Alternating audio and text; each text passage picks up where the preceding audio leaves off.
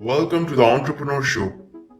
A growth in confidence in a person who is experiencing success is a very normal human response. Yet, there are significant differences in the ways individuals portray confidence that can have a dramatic and lasting effect on their future opportunities, and some folks simply overdo it. Perhaps you have sat down and had a conversation with someone who finds it necessary to incessantly tell you how awesome and successful he or she has been. Want to know how to easily spot one of these ego filled creatures so you can avoid working with them as employees, partners, or clients? Here are few items to pay particular attention to. They think they did all the work. Such individuals have racked up some success, yet they feel the need to take all the credit. Yup, they built the company with their bare hands, did all of the sales and marketing, ran the numbers every night until 2 a.m., emptied trash cans, and even replaced the toilet paper rolls. Be fearful of people who won't give recognition to those they surround themselves with. In fact, search for the opposite. Some of the greatest business and political leaders in history were completely opposed to taking credit for themselves and instead shifted it to their team members. They think they're the smartest people in the room.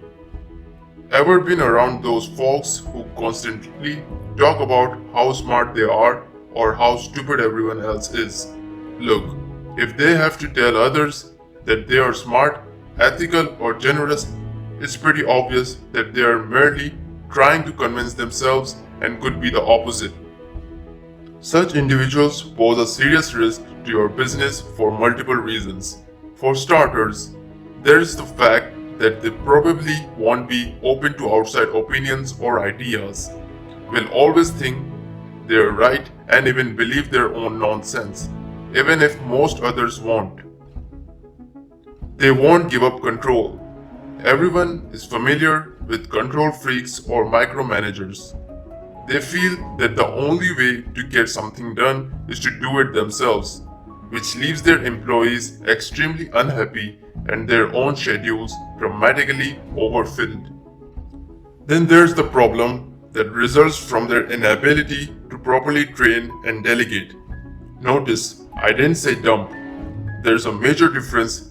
This is why their calendars are so mind-numbingly busy that they can barely function and feel the need to have their hands in every single project or process.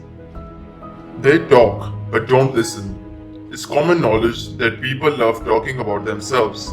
Furthermore, Dale Carnegie's How to Win Friends and Influence People explains the importance of getting people to talk about themselves, particularly in a sales setting. But the big ego types tend to turn each and every conversation into a story about themselves. They may even go a step further and turn their story into one that is clearly better than yours. Their sense of ego makes them incapable of listening, which is bad in the office, especially in a sales setting where success is largely built from one's ability to listen and understand, not simply respond. Let's be clear, there is a difference between being confident and being overly egotistical.